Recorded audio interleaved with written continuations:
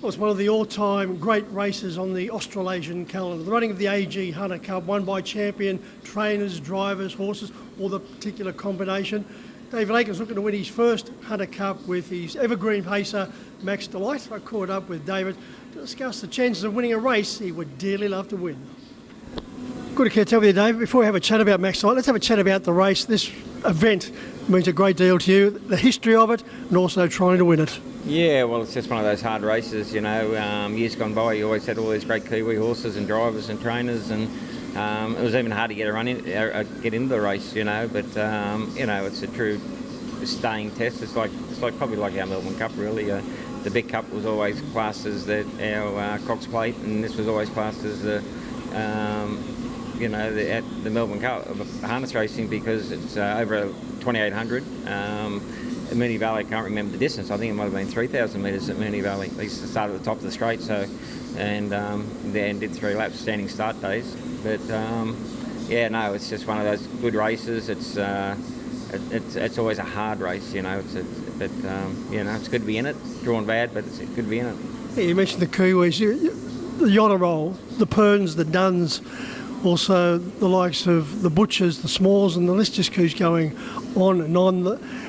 And when you look at on this side of the Tasman, you would have to consider it, David, to be a part of a Grand Slam, as you mentioned, the Victoria Cup, the AG Hunter Cup, the Miracle Mile, the Inter-Dominion, and the New Zealand Trotting Cup.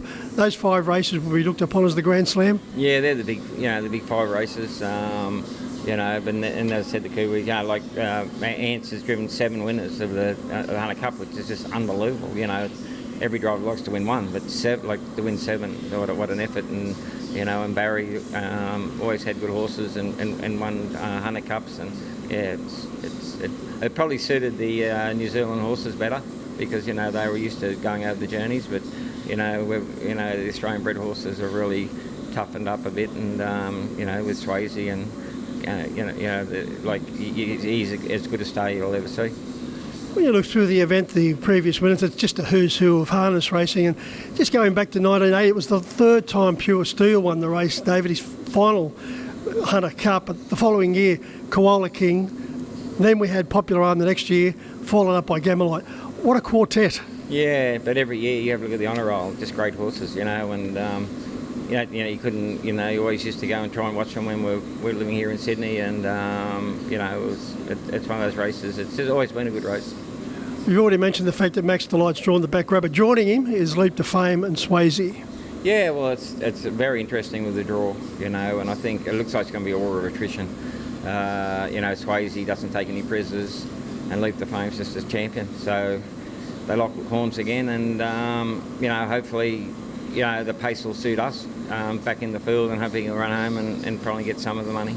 He must have been delighted with his performance here last Saturday night and winning, knocking off Captain's Knock and Don Hugo. His 3rd in the Inter-Dominion was outstanding, but Will Rixon just gave him the perfect soft run last week, and he hit the line with plenty of vigour. Yeah, it was a great drive by Will, and the horses, he got through that Inter-Dominion series really well.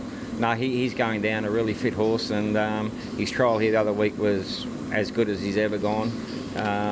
Yeah, so we're really, really happy with him, but yeah, the draw didn't do us any favours. As I said, it's going to be plenty of pace on, so you know, he might, you know, drawn back in the field. I think he'll still run home, and just hopefully then get, as I said, get some of the money. As we've mentioned, it's won by great horses, great trainers, great drivers. You've got Greg Sugar, so that speaks enough. Oh, Greg's a great driver, great big race driver, and he's driven Max before, so you know, and he's a pretty easy horse to drive. So no. And Greg knows his form inside out. He's raced all these horses. He's been in New Zealand and raced these horses, so that's a big advantage. And he's on his home track. You know, I would have loved to. One of the boys that have been driving down here, you know, Josh Gallagher's done a good job, and Will, and Amanda's, you know, she's out. But I was pretty. I think you really got to go with a local driver. It's a big advantage. It's a big advantage, a local driver, but as you mentioned, he is one of the best in the business. And Max Delight, you said he's an easy horse to drive. He must be. He's had a number of drivers off late. Yeah, I think he's had 18 all up, you know, in his career. And yeah, and he's just one of those horses. And it wasn't like people got sort of sacked off the drive. It was just, you know, I went to Wagga and I put Blake Jones on, who I got a great regard for as a driver. And you know, and when we came up here, you know, I used Amanda and Josh Gallagher and Will, and so, you know, because they're committed to other stables, some of them, and they can't, you know, Josh could have stayed on him, but, you know, he's driving Darren's horse, and, you know, but it sometimes just can't get him every week, but everyone has jumped on him, has done a great job with him. 129 starts now, David. 32 wins, 40 place, and upwards of $1.2 million in prize money. And it's been the last 2 or 3 seasons that he's really just blossomed once again. Yeah, he went through it wasn't a lull it was a lull in his form, but he was still going pretty good. He was drawing bad a lot of the times at Brown Melton, being like a 120 rater. And then, you know, we gave him a kill at Wagga, and he really went on from there, and then since then he hasn't put a foot wrong, and you know, he's had a really good season. You know, he made 340 last year, and you know, and he just battled away to win 100 the year before, but you know, last year was, you know, one of his better years.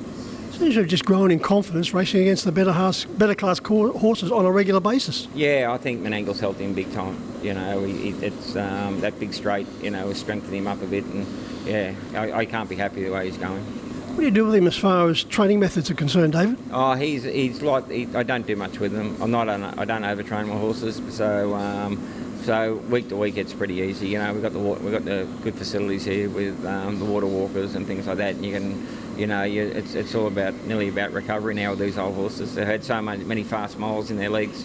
You know, he had a problem as a 4-year-old with his standing, so keep him sound, keep him happy, and you know, the racing sort of keeps tightens because it's hard racing here, and you know, I think it's all about the recovery. Sounds like an outstanding recipe for success, David. You've got a bulging trophy cabinet as it is. Good luck on Saturday night, looking to add the Hunter Cup to that particular trophy cabinet. Yeah, fingers crossed, mate.